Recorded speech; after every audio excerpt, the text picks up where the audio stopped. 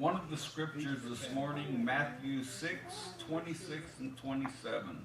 Look at the birds of the air. They do not sow or reap or store away in barns, and yet your heavenly Father feeds them. Are you not much more valuable than they? Can any one of you, by worrying, add a single hour to your life? Psalms 128, 1 and 2. Blessed are all who fear the Lord, who walk in obedience to him. You will eat the fruit of your labor. Blessings and prosperity will be yours. Pastor. Father, again this morning we're glad that we have the privilege and the opportunity to gather here to worship you, to study your word. We are honored that you have chosen to touch our lives in such a way that we have a desire to be faithful to the house of God. We pray your blessings upon this service, every part of it may it be to uplift and magnify you. Blessed be the name of the Lord is our prayer today, and we shall do our best to honor you, to bless you as we come together to worship you. We ask you to be with us in this service. We'll give you the praise, the honor, the glory that belongs to you. We ask it in your name. Amen and amen.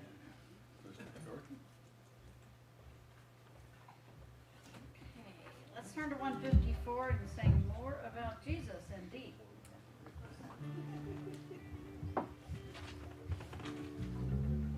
Okay, I'm sorry. D.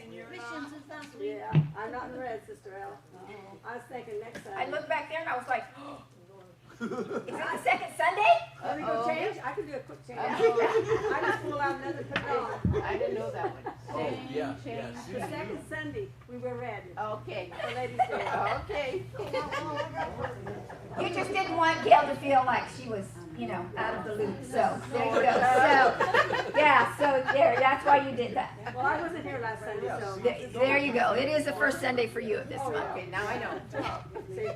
That way we don't fill out a place. There we go. There we go. We're matching. Well, you match. You both got on great. I can make you red if you want. Oh, really?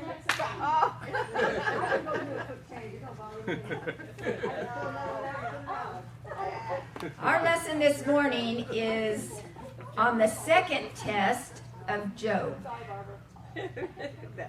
Our central truth this morning says Christians should minister to one another in times of trial. And when I was thinking about that, it just kind of came into my mind that we don't need to know what their trials are. If you are in tune with God, He will let you know when someone needs prayer. And I don't want to say this, Dad says I don't want to say this, mean or anything, but it's really none of our business what they're going through. If they want to share it with you, then that's their business. Our business is to pray for them, whatever their circumstances or whatever they are going through at that time, right? Right. Our focus today says we're going to review Job's physical sufferings and trust God in the midst of sickness and in pain. We are to trust God in good times and in bad times. We are to trust Him. He knows the whole book. We are to trust Him. In last week's lesson, we studied the set of tragedies that composed Job's first test. He lost his riches, he lost all of his animals, and he lost all 10 of his children. You want to think in your mind, how could it get any worse? Well, guess what? That's why there's a whole book on Job. Because it does get worse for him. The That story. reminds me of a little story. I'm sure it did. The fellow said, cheer up, things could get worse. So he said, I cheered up, and sure enough, things got worse. The story of Job is unusual because of the magnitude and sadness of his losses. Nevertheless, Job remained faithful to God. In all this, Job sinned not, nor charged God foolishly, which we studied about last week. He did not charge God foolishly. He did not charge God at all. He did not charge God at all. This week, Job faces another test Satan unleashes on him. This time, Satan attacks Job's personal health. Most of us can identify with the suffering that comes with serious illness or injuries. Job's anguish was intensified because his physical affliction apparently came soon after the losses he suffered in the first test. This seems evident by the visits from his friends who came to console him during his grief. So what I was thinking about when I was studying this, they had actually came, his three friends, and we're going to find out about them in just a little bit. They had came to console him for his loss of his wealth and his children. They didn't know that Satan had already afflicted him with boils, literally from head to toe. So it had happened, one tragedy right after another, right after another, right after another. He had four, like we studied last week, before one could get the tragedy out of his mouth, the second one had come up with another tragedy, and the third one, and then the fourth one. Well, now, his friends came to visit, and he was covered with boils, which they knew nothing about. They were coming to console him for the loss of his family and his riches, because, he was all that. It says in last week's lesson, he was the richest person in the East. So he lost a huge wealth. Not like us, sometimes, I don't know about you, but, well, I'm addicted to online shopping, I'll just confess. And I'm like 3/4 of my way done with my Christmas shopping already, thank you, from online shopping. But I go in, because I do that, I go in and check my checking account all the time, every day, a couple times a day, just to be sure that, no one else has gotten in there and took my $5 that I have left from my online shopping. I mean, that's what you do, He had lost everything. I doubt if there's a man today that could go through what Job did and still remain true to God. Oh, I'm sure there's not. In the times we're living in. I'm sure there's not. People go through piddly stuff and deny Christ. They go through nothing. Oh, okay, look at Brother Danny for an example. Brother Danny lost his job, 4 weeks ago, 6 weeks ago? Oh, months. Months ago. Has it been that long? Yes, since April. Wow. Doesn't seem like it's been that long. He could be a perfect example of somebody that could turn their back on God because he hasn't been able to find a job. That's how menial, I don't mean to, you know what I mean. That's how menial things are that people give up on God. Well, I can't find a job. God took it away from me. Can't find a job. You know what? God blessed him when he took that job away because physically and mentally, he was on the edge. He was on the break. He was at the breaking point with that job. We all know that because of requests and things that he had given. So, in reality, that was a blessing. And God has something for him out there as soon as he gets his health squared away. God has something for him that is going to be easier mentally, physically. There won't be any challenges for him. God has something good for him out there. But how easy would it be to say, God took my job, I'm just going to deny him. I'm going to quit going to church. I'm going to quit reading the word because, look what God did to me. I might praise it. Yeah, And I gave you some statistics sure. to kind of go along with this. Today, this Sunday, 71 churches will close their doors. 71 churches will close their doors today. Per year, 2.8 million people leave the church. 2.8 million people leave the church in a year. Why? Because of that very thing. Yep. They think God has done something to them. Dorothy was reading something come to church this morning on her phone about this guy. I guess he was some kind of ball player or something. And he made a statement. He's a Christian. He made a statement, and they brought charges against this man. Oh, yeah, good, yeah.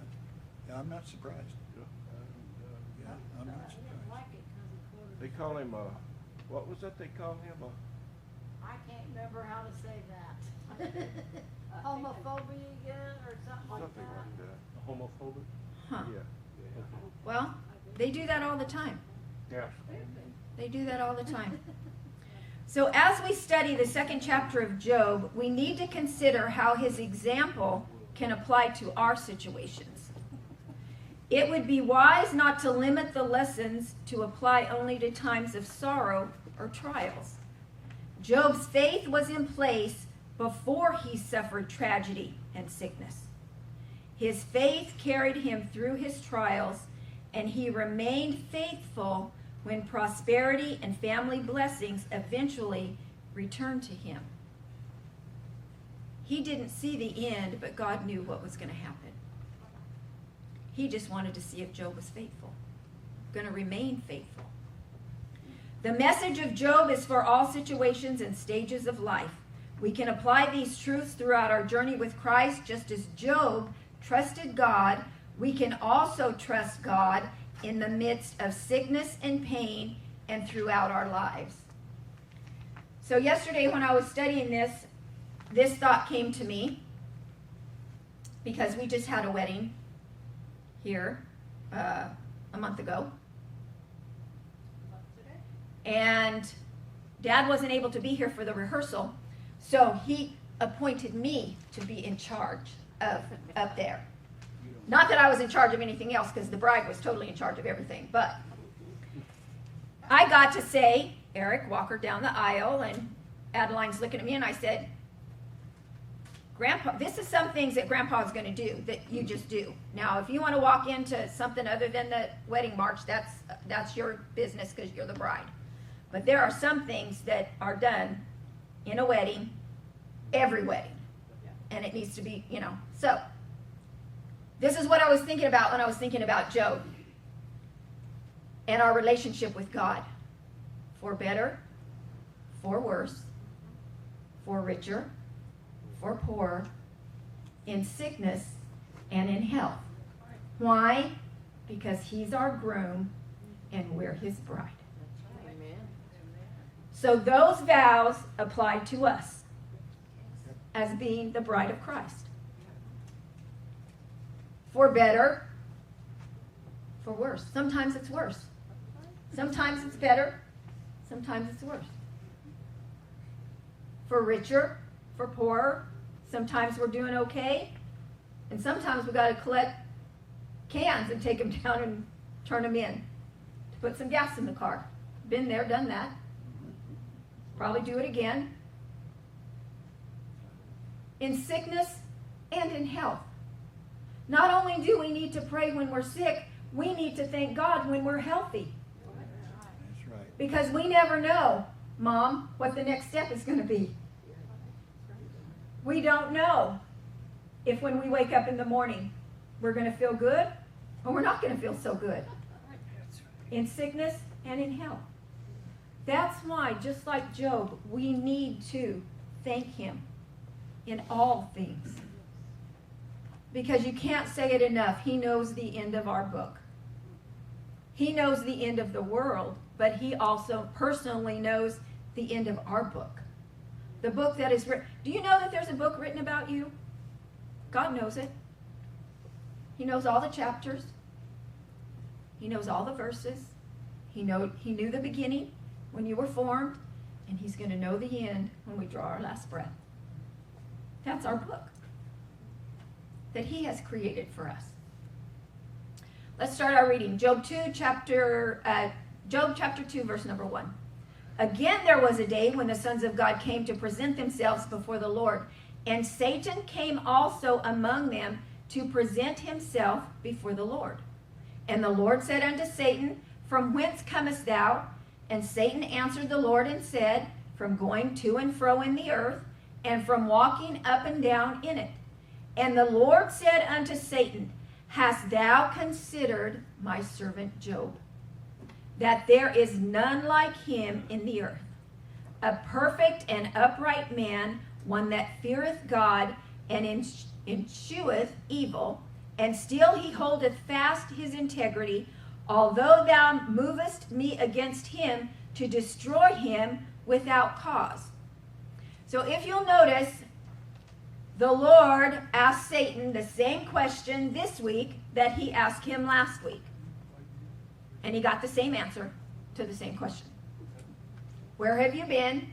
Going to and fro upon the earth. He didn't say seeking whom I may devour, but we know that's what he was doing. So Job 2 begins with describing another day when the sons of God presented themselves to the Lord. At the same time, Satan also appeared before the Lord. In last week's lesson, we learned that these sons of God, they are determining that they are the angels that God has created. Brother Sam had that question. We don't know. That's just what these guys think it is. So here God again is referred to as the Lord, which indicates his supremacy and sovereignty over all of his creation. As Jeremiah 10:6 declares, there is none like unto thee, O Lord, thou art great, and thy name is great in might. God asked Satan the same question he did last week, and Satan's response was the same answer he gave previously. Once again, it is obvious that Satan is allowed to be presented and to speak only at God's invitation. God permits Satan to speak, to exercise his will over Satan and demonstrate his power and might. Satan seems like such a great foe to us that it may be difficult to realize how small he appears in the presence of God. Satan is roaming the earth because God exiled him from heaven. As Jesus declared, I beheld Satan as light falling from heaven. Jesus was referring to Satan's rebellion against God and his subsequent banishment from God's presence. Now he can visit God's dwelling place only by permission from God. That's not his home anymore. God has created a new home for him. And soon and very soon, he'll be going there. And it's still getting bigger and bigger. And it's getting bigger and bigger every day. I bet he's not going to say, just wait till you see my brand new home, is he? I heard Mom saying that. Yeah, he's not going to be too thrilled with his brand new home, I don't think. You know, I was thinking about when you was talking about the sons of God becoming here on earth. Mm-hmm. The thought came to my mind, if we can't live with a human man, how in the world could we live with an angel man?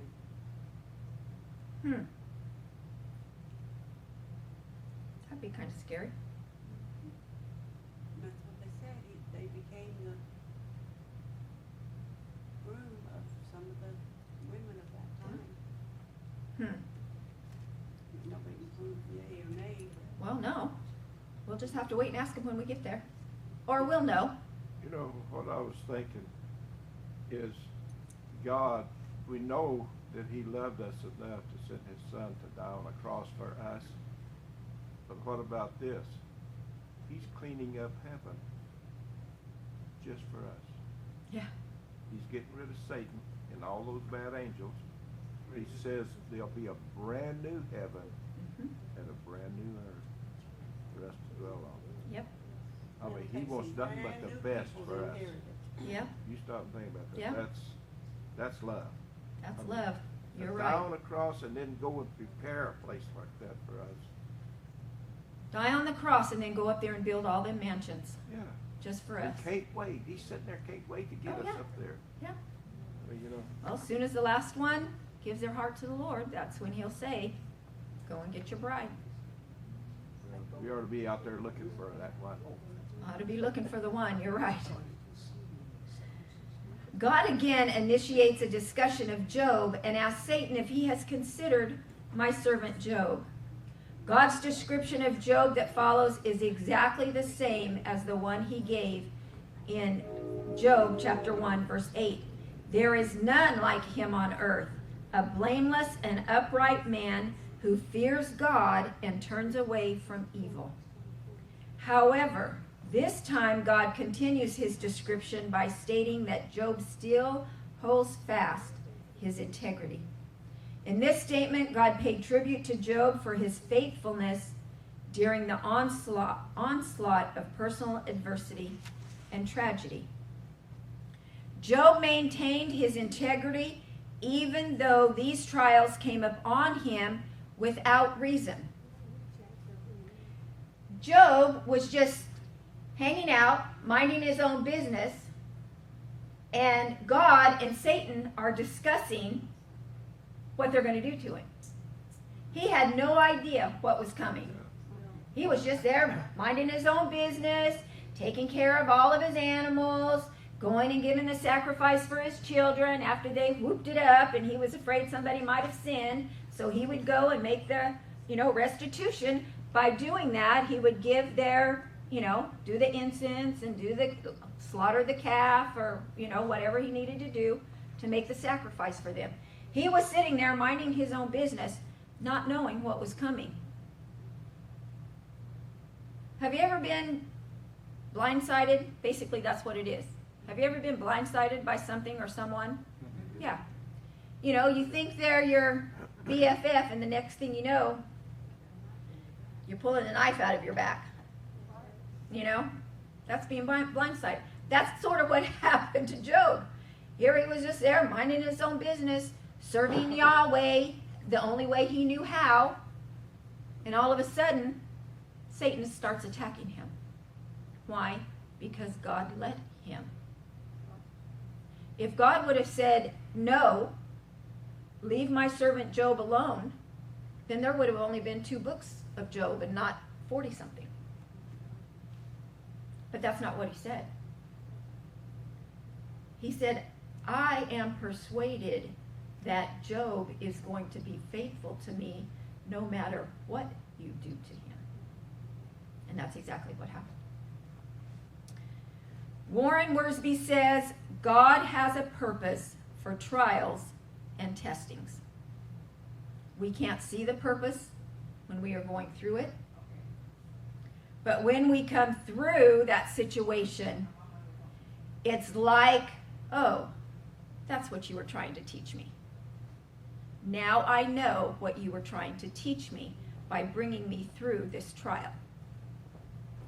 Verse number 4, and Satan answered the Lord and said, skin for skin, yea, all that a man hath will he give for his life. But put forth thine hand now, and touch his bone and his flesh, and he will curse thee to thy face. And the Lord said unto Satan, behold, he is in thine hand, but save his life. Once again, Satan rejects God's affirmation of Job. Then he issues a challenge to God. Satan obviously failed in his first attempt to destroy Job's witness and faith. This second effort to attack Job reveals Satan's ruthless and evil nature. He hates those who love God and serve him faithfully. He hates us. He is not our friend. And if you think you have enemies here, you better believe he is our enemy. Pam? Jean just, yeah. Gail, let's pray. She had to leave. She got a call saying something about some people that come in. I'm not sure if her husband's still working. Had come in her yard and was stealing stuff. Oh, Oh, she lives here in town. No. she lives in Fowler. She lives in Fowler, but, Yeah. so she had to go. I told her, we keep her. We will keep her in prayer that No, that she'll be that safe. she'll be safe and that God puts a hedge around her home. Pray that. He hates those who love God and serve him faithfully. He declares to God that Job remains faithful only because his own life and health were spared during the first test. Satan claims if God would allow Job to be physically afflicted, then Job would falter in his integrity and curse God to his face. The phrase, his bone and flesh, indicates Satan is seeking to afflict Job with intense physical pain and suffering that would push him into despair. Can we be pushed into despair because of illness and sickness? Yes. Of course we can. Because we feel like there's no hope. Everybody's deserted us. There's no hope. I'm just going to be stuck in this situation from now on. And the devil will tell you that. And the devil tells you that. Of course he does. He don't say, look up, it'll be better tomorrow. He says, look down, it's gonna be worse. That's what he says. That's what his motto is. The Lord then told Satan he could afflict Job, saying, behold, he is in thine hand. This response seems puzzling. God's response was based on his eternal purposes. In Isaiah 55, 8 and 9, the Lord declares, for my thoughts are not your thoughts, neither are your ways my ways. For as the heavens are higher than the earth, so are my ways higher than your ways, and my thoughts than your thoughts. God knew what he was doing. Job didn't know what he was doing. but God knew what he was doing.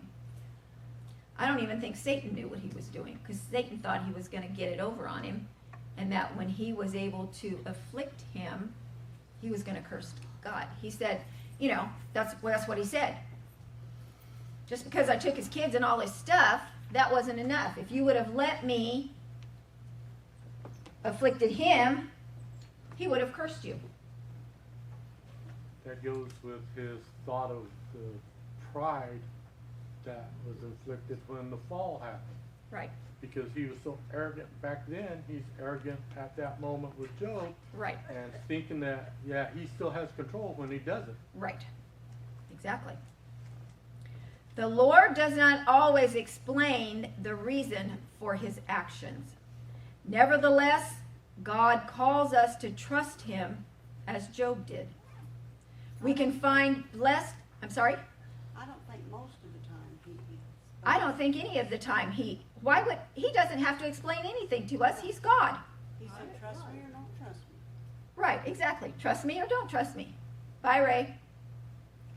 He's going to work. Oh. We're losing them, we're not gaining them. We'll get two in his place this morning. We can find blessed assurance in the next phrase God uttered to Satan. Save his life. God always puts a limit on the trials we will endure. Sometimes we get to that point where we just have to say, I cannot endure anymore. I cannot endure anymore. Not that I'm going to deny you or turn my back on you, but can you lift some of this weight off of me? I cannot endure anymore. Right now. I know it's going to come back at some point, but right now I cannot endure anymore. Satan is on a leash, and God restrains him to preserve his children. The Apostle Paul said, no temptation has overtaken you that is not common to man. God is faithful, and he will not let you be tempted beyond your ability. But with the temptation, he will also provide the way of escape that you may be able to endure it. That's in 1 Corinthians 10, verse number 13.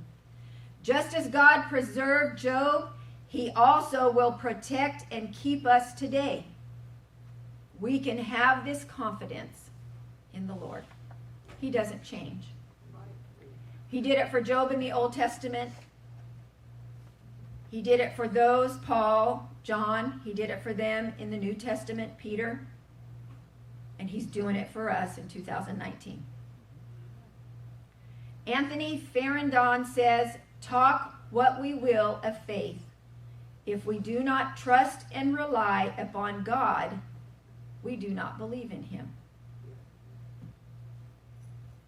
We cannot put our faith or our trust in ourselves or in each other. We have to love each other. But we can only put our faith and trust in God, the author and the finisher of our faith. I have faith that if I'm sick and I put it out there on the prayer chain, then I'm going to get better. Because I know people are praying. But the healing comes from God. When Dad went in for his heart surgery, and I know he's told you this before, the surgeon that he had was Southern Baptist. And he said, I'm going to tell you right now,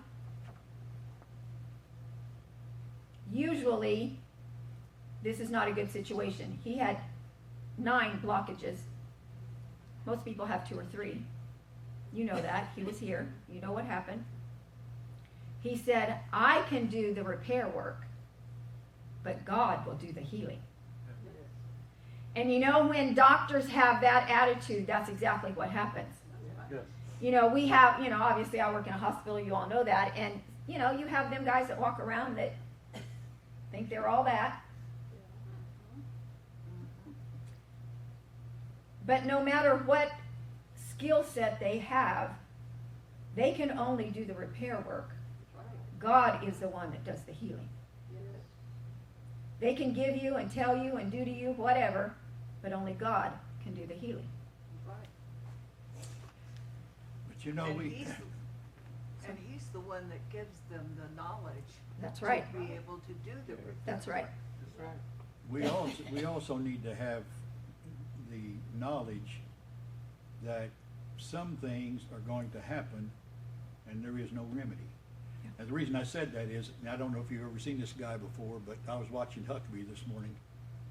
And that guy, he don't have any arms Mm-hmm. and he don't have any legs. Yeah. And here's what he does. He said when he's flying, sometimes he'll have his buddies put him up in the overhead thing, and then ask that lady, "Would you get me a pillow from up there?" and this guy's up in there, and he's looking right in their face. But you know, I mean, you have to be aware of the fact that not everybody is delivered, not everybody is healed. Right. Sometimes, but we do know that whether we are or not, it's for better or for worse, we will make it through if we'll hang on to Jesus. That's right. So, you know, it's just one of And those you know, things. you just have to sometimes make the best of your circumstances. Just like this guy. I wonder how many stewardesses have had a heart when they look up there and here's this guy eyeballing them saying, you know, hi. Not high. Yeah, just yeah, high. yeah. I mean, you know, I paid for a seat, but this is fine. I'll just be up here where the overhead luggage goes. Verse number 7, so went Satan forth from the presence of the Lord, and smote Job with sore boils from the sole of his foot unto his crown. And he took him a, how do you say that? Potsherd to scrape himself withal, and he sat down among the ashes. Verse number 9. Then said his wife unto him, dost thou still retain thy integrity? Curse God and die. Sound like Satan may have went into her eye. Was her name Lilith? Soon after Satan left God's presence, he afflicted Job with a disease that produced oozing sores all over his body. This affliction is reminiscent of the one described in Deuteronomy 28, verses 27 and 35. Old Testament scholars consider the disease to be elephantitis, which causes one's limbs to become jointless, lumps enlarge like elephant's legs. I've seen people like that. Have you seen people like that? I have. They'll have one leg that's normal and the other leg is like huge. That they can barely, some of them can't even get a shoe on. It goes from there, wherever up in there, where your leg attaches, all the way down, even into their feet. I've seen those.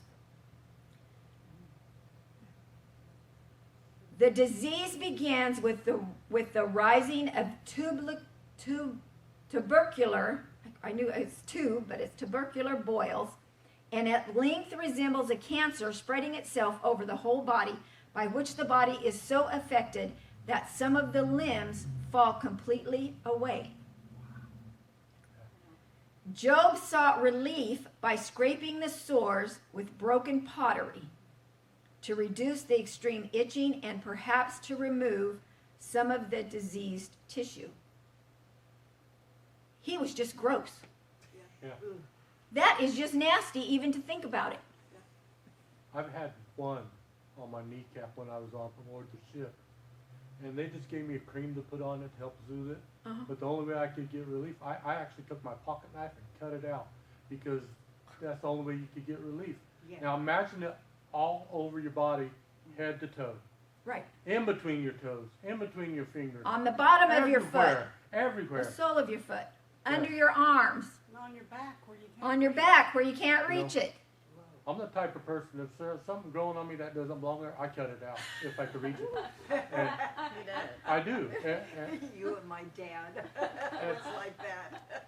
You know, and I had a growth on my back one time that I couldn't reach, so I had people at work do it, and it's like, you know, Okay. it hurt. Bad. So the description of Job sitting among the ashes. Now we know that other people used to sit in the ashes, or, as they said in here, the garbage dump, basically. And those were people with leprosy.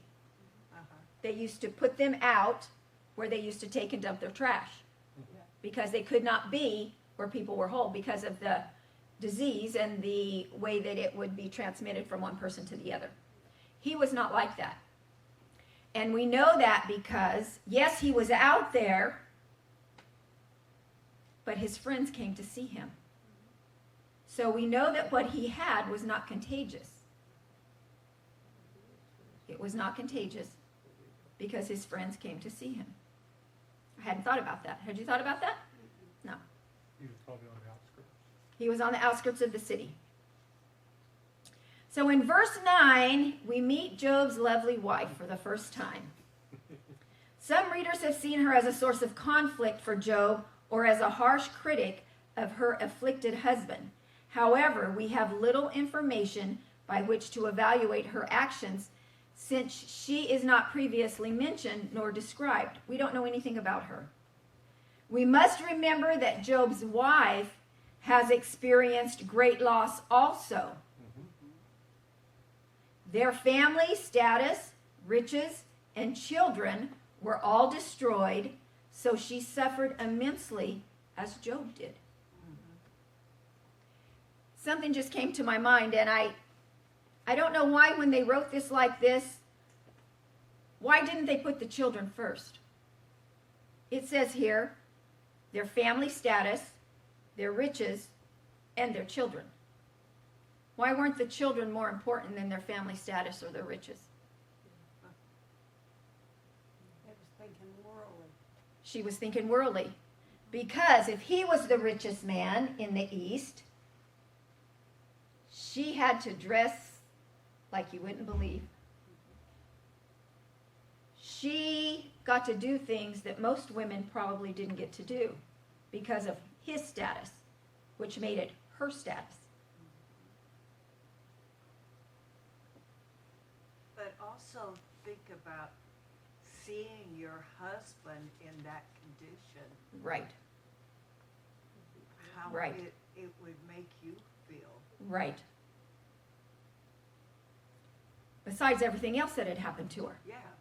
Now she looks out, and the man that she loves is sitting out in the ashes with sores on him from the sole of his feet to the crown of his head, scraping him with broken pottery. And there's Nothing she could do. Except say, curse God and die. That's what she said. Curse God and die. It is noteworthy that Job's wife asked him if he is going to maintain his integrity. In this statement, she gives a powerful testimony to Job's character. As Job's spouse, she would be well aware of any serious inconsistencies in his faithfulness and his integrity. Yet she validates his life by echoing God's statements about Job's character. Now she is seeing her husband enduring a disease that afflicted him night and day with no relief in sight. Her statement, curse God and die, reflects her own grief and anguish from seeing her beloved spouse apparently dying a slow and excruciating death. We can only imagine how we would react in similar circumstances. Whatever the cause may be, it is evident she saw little hope for Job or her future. Job's wife had given in to despair and faltered in her faith. I put a little note here. Maybe she had already cursed God. We don't know.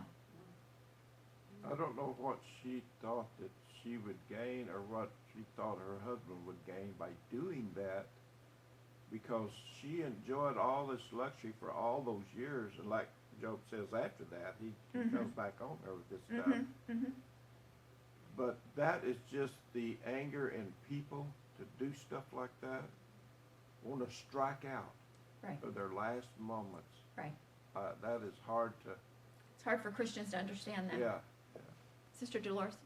My thought is, if she cursed him, why would he allow her to have more children? True. You know, 'cause, after going through all this. Uh-huh. What she said is if she had already cursed him, why would he give them more children? Again, after all this is over, we'll probably learn in lesson 5 or 6. Why should he be punished? Because she did it. And she was at fault. Not only, Yeah. we can't be responsible for each other. But the Right. Bible says that we can curse God and be forgiven. But you cannot curse the Holy Spirit and Right. be forgiven. Right. So he probably saw her in her condition and knew that she was a weaker vessel, not being able to. Well, yeah, otherwise this might not have been the book of Job. It might have been the book of whatever her name was. Yeah, if it'd been her, the devil would have won, though. Right. Exactly. So God Exactly. knew what he was doing when he chose. Right. He Job. knew exactly what he was doing when Yeah. he chose Job. Yeah. Corrie ten Boom says, never be afraid to trust an unknown future to a known God. Verse number 10, but he said unto her, thou speakest as one of the foolish women Good speaketh. for Job. What? Shall we receive good at the hand of God, and shall we not receive evil? In all this did not Job sin with his lips. Job quickly responded to his wife with a severe rebuke and anger. Then he asked a rhetorical question that implies the answer. Job contended that even the servants of God should not expect to receive only good in this life. They should be prepared to experience some suffering as well as good in life. It rains on the just and the unjust equally. We are not exempt from things causing us grief. We're not. We may think we are, but we're not.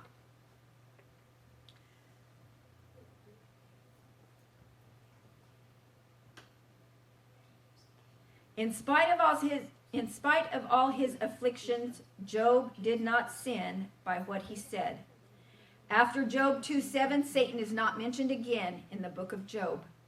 Once again, Satan fails in his mission to destroy Job's virtue and faith. Job retained his integrity and did not sin with his speech.